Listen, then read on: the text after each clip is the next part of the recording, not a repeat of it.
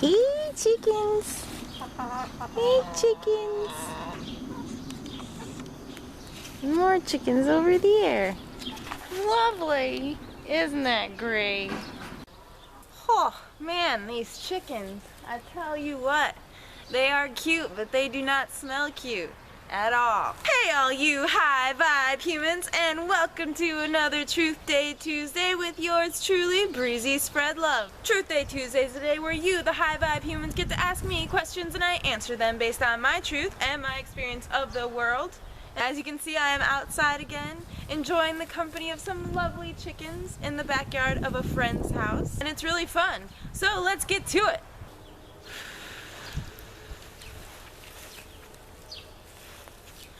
First question. Luke Tinsley asks, how does one express their aggression? Repressing it seems to make the problem worse. Aggression is a negative emotion that most of us are taught to deal with in one way or another. However, some of us aren't guided or shown how to deal with aggression in healthy ways. Most believe the only way to deal with it is through repression or displacement. Repression is basically the act of holding in the feeling and maybe denying its existence. Like a kettle with a lid. Eventually that lid is going to pop.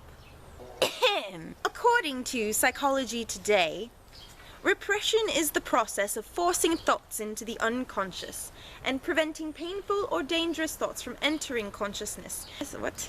Essentially, highfalutin language aside, the emotion is conscious, but the idea behind the emotion is absent. In other words, you might be aware that you're angry, or you might be aware that you have this feeling of aggression coming on. Sometimes you don't know the root of it. And this might be caused by repression. You repress the reason why you're so angry. And sometimes dealing with that reason can relieve the anger. Some may argue that there are healthy ways to utilize repression in certain situations. It can be a healthy defense mechanism. I don't know if you can have that argument so much for displacement, but let me know in the comments below. Displacement is less like a kettle with a lid about to blow. Displacement is more like a rabid dog. It has all this energy in it, and it's attacking things without really knowing what it's attacking or why it's attacking. So in other words, an example of displacement would be you've had a bad day at work, you come home to your pet or significant other, and they do something that is normal. Say, you know, snort, cough, fart. Something that's normal to them, that's not out of the ordinary, but today it was the straw that broke the camel's back, and now you're furious with them and you let loose all that upsetness and bad work dayness onto them. That's displacement. Let's talk about two healthy ways to deal with all this aggression. One is called sublimation. Sublimation is the process of taking all that energy and turning it into something good. An example most used for this is football or violent video games. Something where you still get that energy out, but no harm is done in the end. According to Psychology Today, sublimation is a mature type of defense mechanism where socially unacceptable impulses or idealizations are unconsciously transformed into socially acceptable actions or behaviors. All highfalutin language aside, for instance, your aggression can turn into boxing. Your aggression can turn into running.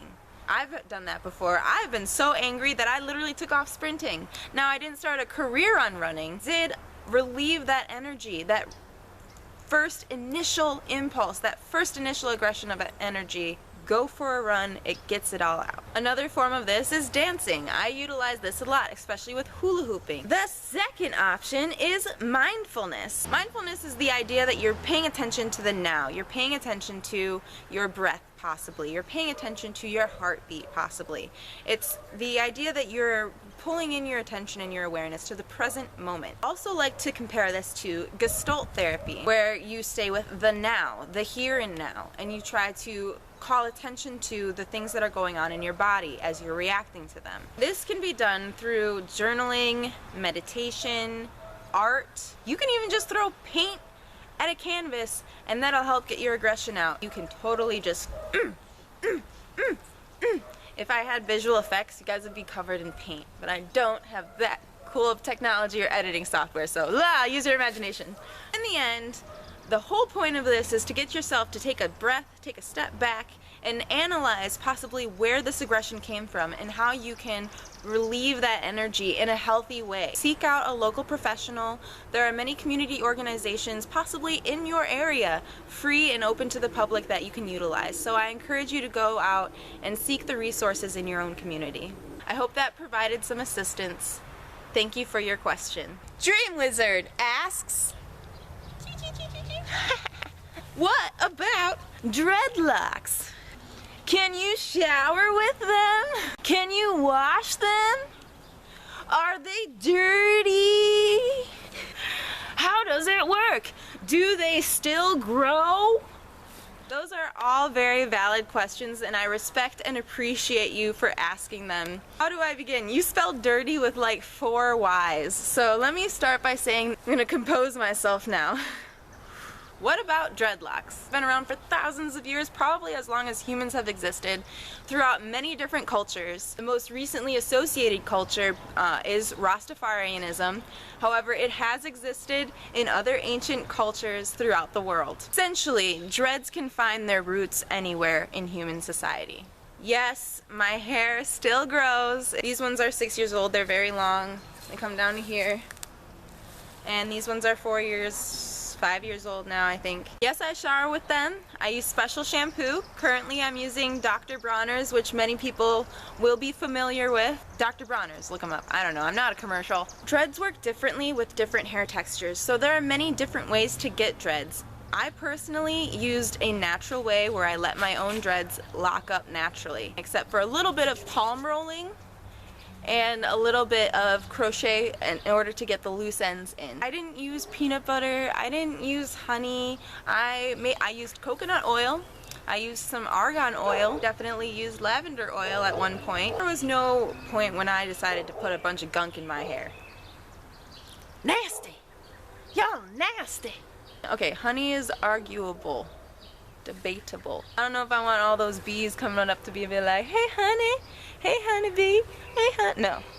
Doing research and asking questions is important in terms of educating yourself and those around you in your community, and in terms of dispelling stereotypes, especially the negative stereotypes, because I stand before you with dreads and I have a bachelor's degree in psychology, and I'm getting my master's in counseling psychology. I have a 4.0 GPA this past semester. So I dispel a lot of stereotypes, and I am working hard to continue that in my daily life and in my daily practice. And if I can teach somebody else about my dreads, then I am happy to do it with a little humor. Now I just wash and dry my hair like normal, like every normal sane person who's clean and dignified, and I just let it dry, and the curling process causes my hair to tangle up in dread.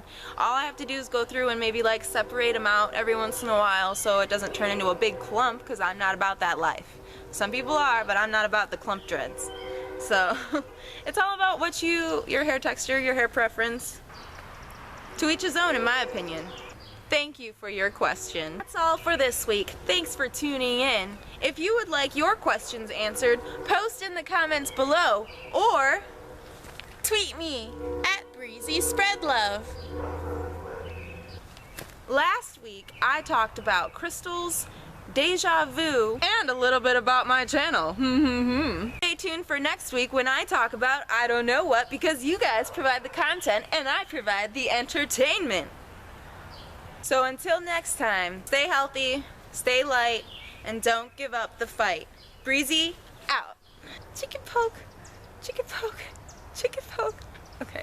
I'm gonna make a thumbnail.